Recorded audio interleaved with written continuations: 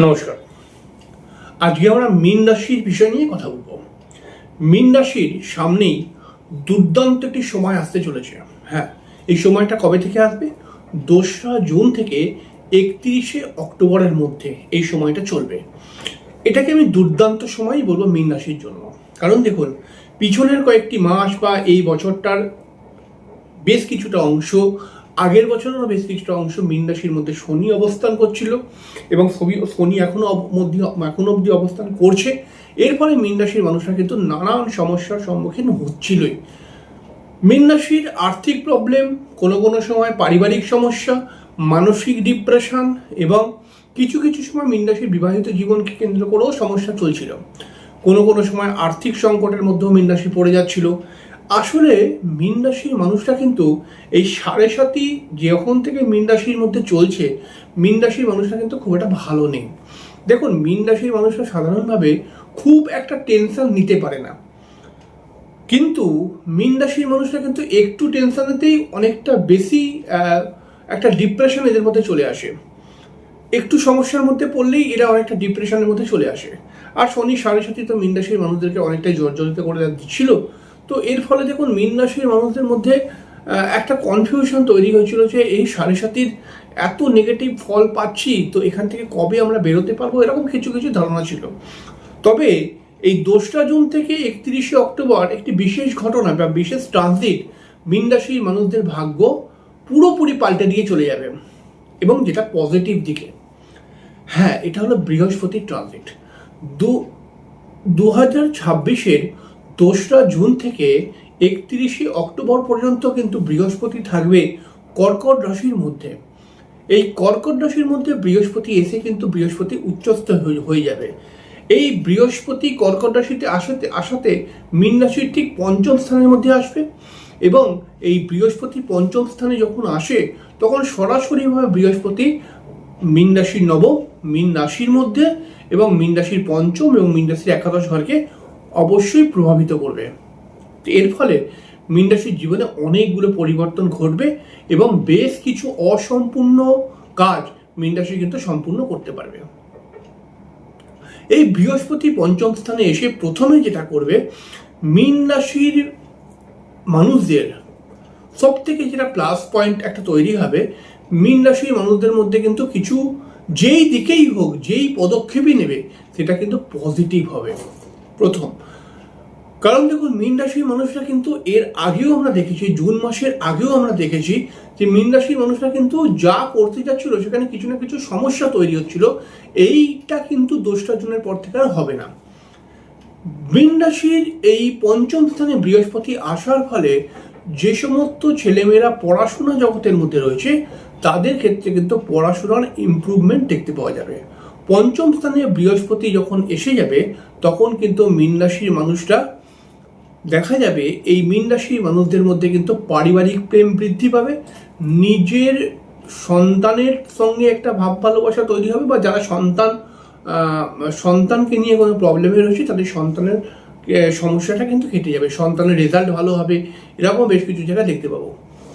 মীন রাশির মানুষরা কিন্তু এই 5মে বৃহস্পতি থাকার জন্য, 5মে বৃহস্পতি যখন চলে আসবে তখন কিন্তু মীন রাশির মানুষদের কোনো আধ্যাত্মিক ভ্রমণ হওয়ার সম্ভাবনা থাকবে বা তৈরি হবে, বা বাড়িতে কোনো মাঙ্গলিক অনুষ্ঠান করলো, এরকম বেশ কিছু জায়গা কিন্তু তৈরি হবে। এবং সব থেকে বড় যেটা হবে, আর্থিক সংকটটা কিন্তু পুরোপুরিভাবে কেটে যাবে।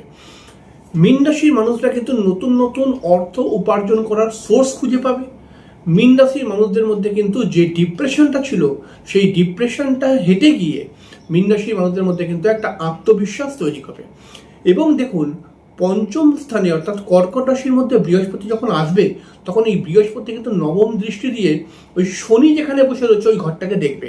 এর ফলে কিন্তু এই 2রা জুন থেকে 31শে অক্টোবরের মধ্যে শনির 7.5 প্রভাবটা অনেকাংশে কমে যাবে।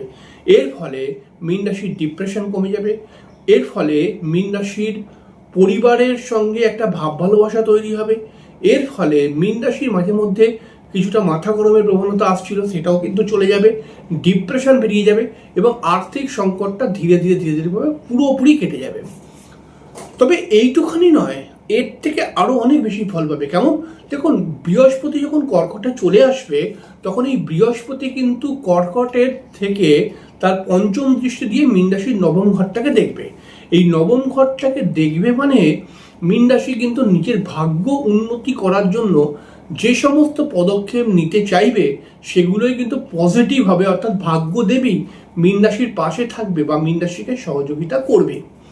এর সঙ্গে সঙ্গে কি হবে, ভালো গুরু পাবার সম্ভাবনা থাকবে। দেখুন, আমাদের জ্যোতিষশাস্ত্র মতে বলে যে ভালো গুরু যদি পাওয়া যায় না, তাহলে এই ভালো গুরু শুধু আমাকে জ্ঞান দেবে তা নয়, আমার জীবনকে বদলে দিতে পারে। তো এইটা কিন্তু মীন রাশির হবে। এছাড়াও ভাগ্যস্থানে মীন রাশির বৃহস্পতির দৃষ্টির ফলে যে সমস্ত মীন রাশির মানুষেরা আউট অফ স্টেটে কাজ করতে চাইছে বা আউট অফ স্টেটে কাজকর্ম করছে, তাদের কিন্তু ডেভেলপমেন্ট ক্রিয়েট হবে। মীন রাশির বহু মানুষ যারা রয়েছে সরকারি চাকরির সঙ্গে বা সরকারি কাজের সঙ্গে যুক্ত রয়েছে, তাদের প্রমোশন বা ইনক্রিমেন্ট দেখতে পাওয়া যাবে।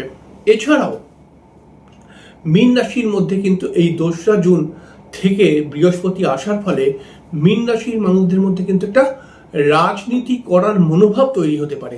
সব ক্ষেত্রে না হলেও বেশ কিছু ক্ষেত্রে তৈরি হবে। এছাড়াও এই নবম ঘরে অর্থাৎ মীন রাশির নবম ঘরের মধ্যে বৃহস্পতির দৃষ্টি কিন্তু অটোমেটিক্যালি আমরা দেখতে পাবো মীন রাশির মানুষেরা, ধরুন মীন রাশি যেটা পুরুষ হোক বা মহিলা হোক, যারা ধরুন কোনো কর্ম খুঁজছে, ঠিক আছে, এবং সেই কর্মটা যদি টিচিং লাইন সংক্রান্ত হয়, যদি সেই কর্মটা জ্যোতিষ বা অকাল্ট রিলেটেড প্রফেশনের সঙ্গে যুক্ত হয়, খাবারের কোনো ব্যবসার সঙ্গে যদি সম্পর্কযুক্ত হয়, প্রমোটারি লাইন রিলেটেড যদি কিছু হয়, বা যারা ধরুন মীন রাশির ছেলেমেয়েরা প্রশাসনিক বিভাগে চাকরি খুঁজছে, তাদের জন্য কিন্তু এই বৃহস্পতি ট্রানজিটটা খুব গুরুত্বপূর্ণ। প্রশাসনিক বিভাগ বা টিচিং লাইন সংক্রান্ত বিষয় নিয়ে যারা চাকরি বাকরি খুঁজছে তাদের জন্য কিন্তু এই ট্রানজিটটা খুব পজিটিভ হবে। এর সঙ্গে সঙ্গে মীন রাশির 11th হাউসের মধ্যে বৃহস্পতির দৃষ্টি পড়বে, সপ্তম দৃষ্টি। তো এর ফলে মীন রাশির মানুষরা কিন্তু 2রা জুন থেকে একটা পজিটিভ ঘটনা ঘটবে, যেটা হচ্ছে কি, যে সমস্ত মীন রাশির ছেলেমেয়েরা বিবাহ করতে ইচ্ছুক তাদের বিবাহ হবার সম্ভাবনা বৃদ্ধি পাবে, এবং যে সমস্ত মীন রাশির ছেলেমেয়েদের বিবাহিত জীবন নিয়ে কোনো প্রবলেম চলছে, তাদের বিবাহিত জীবনের প্রবলেম কিন্তু ধীরে ধীরে ধীরে ধীরে কেটে যাবে।